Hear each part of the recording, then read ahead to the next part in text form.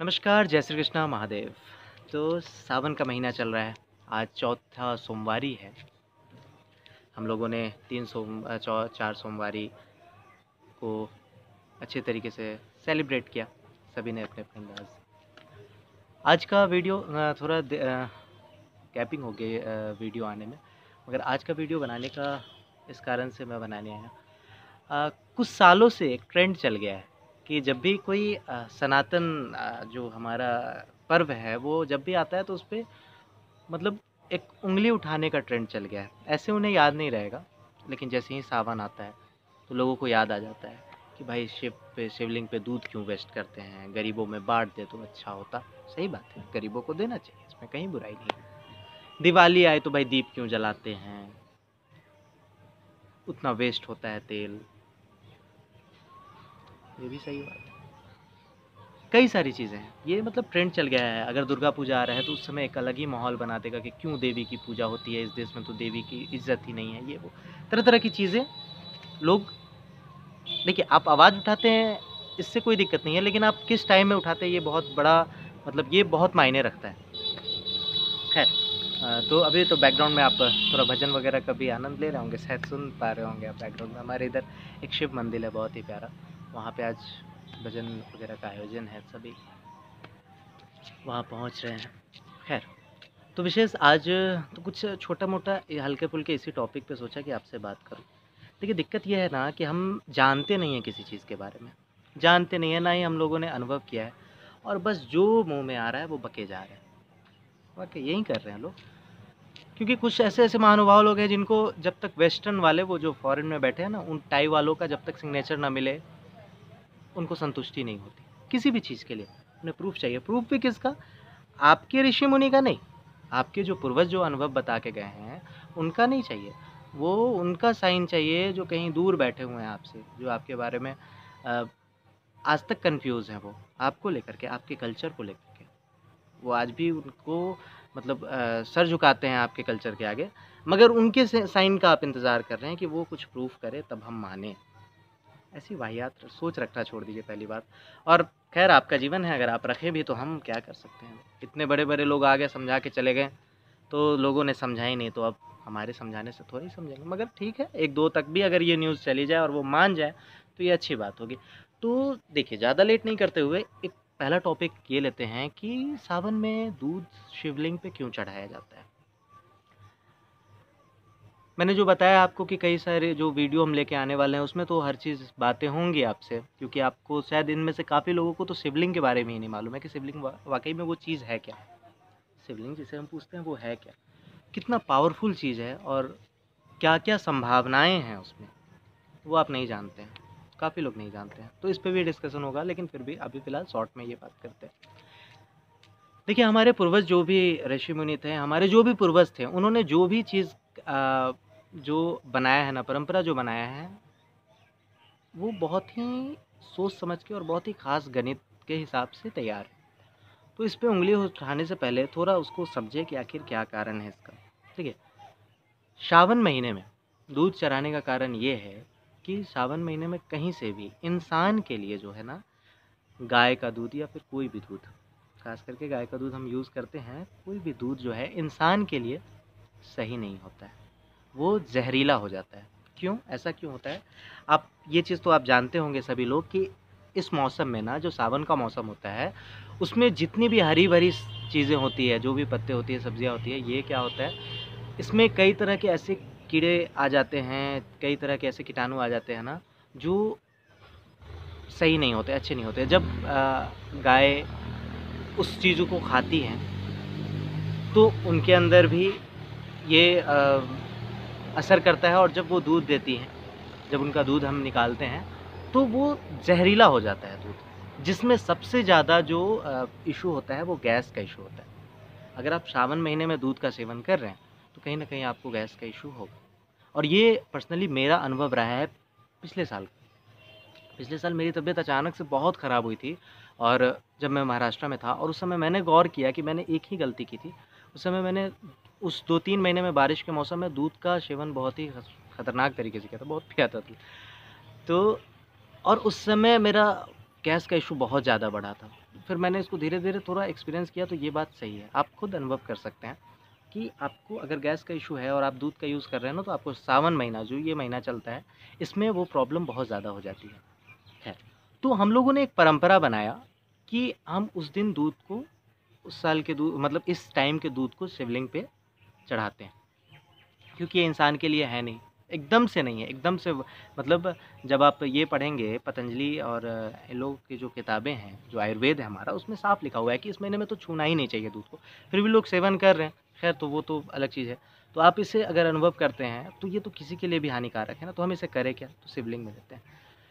शिवलिंग में देने से भाई शिवलिंग पे क्यों दें? शिवलिंग पे क्या वेस्ट होता है? देखिए, शिवलिंग जो होता है ना, शिवलिंग पे तो खैर हम आगे चल के बात करेंगे, इसको आप शॉर्ट में ये समझ लीजिए कि शिवलिंग जो पत्थर होता है ना, उसे ख़ास तरीके से उसमें एक ऊर्जा को स्थापित किया जाता है। कई तरह के शिवलिंग हैं जहाँ पे अलग-अलग तरीके की एनर्जी होती है। वहाँ बैठ कर के उस एनर्जी को एक्सपीरियंस कर सकते हैं, लेकिन वो पत्थर पे दूध, दही, मध, इसको चढ़ाने का कारण ये है कि जब ये चढ़ाते हैं ना, तो वो पत्थर सूखे ना, अगर वो सूख जाएगा ना और ये सब अगर ना दिया जाए, तो वो फट सकता है, और जब फट जाएगा वो, तो वो किसी काम का नहीं रहेगा शिवलिंग। तो जिस मेहनत से उसकी प्राण प्रतिष्ठा की गई है पूर्वजों ने की, कई सारे ऐसे मंदिर हैं जिनका इतिहास भी नहीं पता कि वो कब से हमारे बीच है, इसके बारे में कोई नहीं जानता, और वहाँ के शिवलिंग में बहुत ही ख़ास तरह की ऊर्जा है, और उस ऊर्जा को अगर हम उस तरीके से, उस परंपरा से नहीं जाते हैं, तो हम कहीं न कहीं उसे खो देंगे। देखिए, आप माने या ना माने, आपके मानने से वो काम करेगा या नहीं करेगा, ये नहीं होने वाला है। आप वहाँ अगर जा रहे हैं तो वो आपके साथ काम कर ही रहा है। वो आपके सबकॉन्शियस माइंड से आप सोचे या ना सोचे, कॉन्शियस से सोचे या सबकॉन्शियस से सोचे, ये आपके लिए काम करेगा। तो ये तो आप क्लियर हो लें पहले। फिर भी आपका मानना ना मानना, वो मैं कोई ये नहीं हूँ कि आपको आप पे प्रेशर करूँ, मगर ऐसा होता है। तो कई सारे जो हमारे पौराणिक मंदिर हैं, जहाँ पे प्राण प्रतिष्ठित शिवलिंग हैं, कहीं-कहीं स्वयंभू हैं, जहाँ पे खुद से शिवलिंग मतलब कोई ऐसा पत्थर लोगों ने खोजा और उनकी पहचान की हमारे पूर्वजों ने, और उनको पता चला कि ये कितना एनर्जी है इसके अंदर। तो उसे बचाने के लिए, ताकि वो ख़राब ना हो जाए, इस कारण से हम उसपे दूध, दही और मध का सेवन करते हैं। हाँ, कहीं-कहीं ये है कि बहुत ज़्यादा वेस्ट होता है, तो उसका एक रूल होना चाहिए, ये मैं मानता हूँ कि अगर वो वेस्ट हो रहा है तो उसको कहीं अ, उसको यूज़ में लाया जा सके, ऐसा कई जगह पे है और कई जगह पे होना भी चाहिए, किस तरीके से वेस्ट हो रहा है तो। तो इसका उपाय होना चाहिए, ना कि इसके खिलाफ आप जाएँ। क्योंकि आप अगर जिस चीज़ को नहीं जान रहे हैं, उसके खिलाफ कम से कम, अगर आप उसमें कुछ काम नहीं कर सकते, तो कम से कम चुप रहें। ये सभी के लिए अच्छा होगा, क्योंकि आपका बोलना, आप 2 लोगों को बरगला करके क्या साबित करना चाह रहे हैं? कल नागपंचमी था। नागपंचमी का भी अपना एक साइंटिफिक रीज़न है, जिस समय वो आपने देखा होगा गोबर का ये लगाना, आप गौर कीजिएगा, गोबर जो होता है ना, वो ये होता है, वो तरह-तरह के कीटाणु वगैरह के वो पे काम करता है, उसको ख़त्म करने में। अ, मतलब ज़हरीले तत्व को ख़त्म करने में गोबर का यूज़ होता है, गाय के गोबर का। तो देखिए, उसमें हम लगाते हैं गोबर, तो हर एक चीज़ को ना बड़े ही सुंदर ढंग से सजाया गया है। मैं इस सारी चीज़ों का डिटेल तो मैं जो तो वो वीडियो सेशन स्टार्ट होगा तो उसमें मैं बताऊँगा ही। लेकिन हाँ, तो कुछ दिन पहले कुछ महानुभाव लोग अजीब-अजीब टाइप का डाल रहे हैं, फ़ेसबुक पे डाल रहे हैं कि हमारे जो भी परिवार के, जो मेरे घर में जो नाग हैं, मेरे दोस्तों में जो नाग हैं, उनको नाग पंचमी की हार्दिक शुभकामनाएँ। आप अपने कल्चर का मज़ाक क्यों उड़ा रहे हो यार? अगर आप नहीं जानते हो उसके बारे में, तो आप चुप रहिए, आप कुछ मत कीजिए, आप चुप रहिए। ये आपके लिए ज़्यादा बेहतर है। मगर आप मज़ाक मत उड़ाइए, क्योंकि हमारे पूर्वजों ने इसे बहुत ही सुंदर तरीके से, आपके पास कमी है, मैं क्या बोलूँ, आप जाहिल हैं कि आपने कभी सोचा नहीं। एक से एक ग्रंथ है, आप उसे पढ़ें, उसे समझें। जब तक आप उसको पढ़ेंगे नहीं, समझेंगे नहीं, तो आपके पास नॉलेज कहाँ से होगा? आपने आज तक कभी कोई किताबें नहीं पढ़ी, ऐसी-ऐसी कई सारी किताबें हैं। सबसे पहली चीज़ तो किताब में पढ़ने ही से नहीं होता है, उसके बाद आपको अनुभव भी करना होता है। तो उन चीज़ों को ना ही आपने पढ़ा है, ना कभी देखा है, बस आपने गूगल पे गया, खो सर्च कर लिया कुछ भी, और कुछ भी से कुछ भी बोले जा रहे हैं, कुछ भी बोले जा रहे हैं। तो कम कीजिए और थोड़ा शर्म कीजिए अपने ऊपर, क्योंकि ये कहीं न कहीं आपके भलाई के लिए ही बनाया है। जो हमारे पूर्वज थे, उन्होंने आपके भलाई के लिए बनाया है। तो वो कहीं न कहीं आपको नुकसान भी करेगा, अगर आप उस वे से नहीं जा रहे हैं तो। वो आपको अंदाज़ा नहीं होगा, आपको समझ में नहीं आएगा, मगर वो आपके साथ परेशानी क्रिएट करे। तो ख़ैर यही बातें बतानी थी आप लोगों को कि देखिए आप लोग शिवलिंग का महत्व समझिए, शिवलिंग पे जो भी परंपरा है हमारी वो ऐसे ही नहीं बनाई गई है, बहुत ही सोच समझ के बनाया गया है। हाँ, ज़रूरत है उसमें कुछ अजीबो-गरीब, अब जैसे मैं मंदिर गया था सुबह तो बहुत अजीब तरीके से साउंड बजा रहे थे वहाँ। तो ये मंथ होता है आपको अपने आप को एक ध्यान साधना करने का। मंदिर पे आप जाते हैं तो अच्छे से मतलब ऐसा माहौल होना चाहिए कि आप सही से वहाँ बैठ सकें थोड़ी देर। मगर लोग उसको एक थोड़ा साउंड डीजे बजा करके उसको थोड़ा अलग ही बना देते हैं। ये गलत है, इस पे रोक लगनी चाहिए, इस पे तो लोगों को ध्यान देना चाहिए। ठीक है, गाना साउंड अपनी जगह पे है, थोड़ा उसकी भी अगर क्वालिटी बेहतर हो तो वो चल सकता है।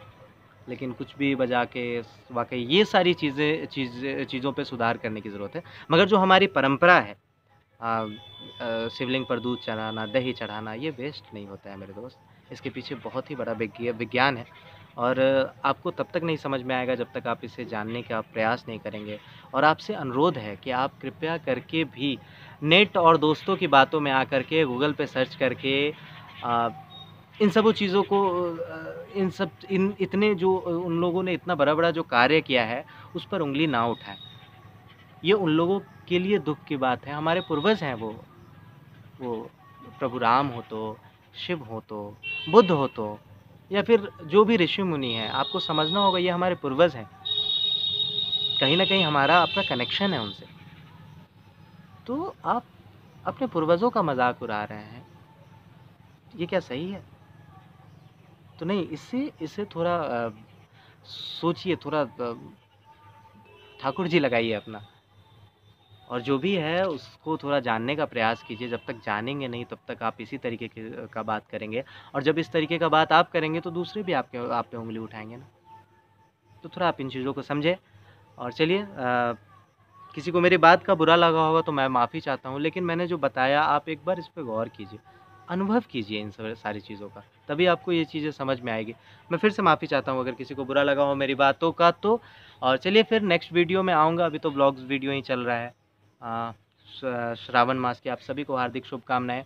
जल्दी मिलते हैं नए वीडियोज़ के साथ, अगर ब्लॉग वीडियोज़ के साथ तो मैं आता ही रहूँगा और जो हमारा वीडियो सेशन स्टार्ट होने वाला है और भी काफ़ी चीज़ें स्टार्ट होने वाली हैं, तो उन सभी के साथ हम आएँगे। तो फ़िलहाल मैं वही बोलना चाहूँगा कि अगर आप राइटर हैं तो हमारे क्रिओट के पेज को क्रिओट साहित्य संगम के बारे में जैसा कि मैंने बताया था, आप उसे फ़ॉलो कर सकते हैं और अगर आप लेखक हैं तो हमसे जुड़ भी सकते हैं। हम डिस्क्रिप्शन में लिंक दे दिया है हमने और पीछे की वीडियो में आपको उससे रिलेटेड डिटेल भी पूरा मिल जाएगा। अगर नहीं भी मिल पाता है तो आप हमसे कॉन्टैक्ट कर सकते हैं। वेबसाइट पे हमारा नंबर है criot.com, उस पे जा कर के आप हमसे कॉन्टैक्ट कर सकते हैं। तो अगर आप साहित्य से हैं तो हमारे साथ जुड़िए, अगर म्यूज़िक पसंद है तो हम क्रिओड म्यूज़िक हो सकता है जन्माष्टमी तक हम क्रिओड म्यूज़िक अपनी म्यूज़िक कंपनी लेकर के आ रहे हैं, जो अच्छे म्यूज़िक, अच्छे साहित्य को प्रमोट करने का काम कर रहा है क्रिओड, तो उसमें अपना सहयोग बनाए रखिए। तब तक के लिए चलिए अपना ख्याल रखिए, धन्यवाद, जय श्री कृष्णा, महादेव।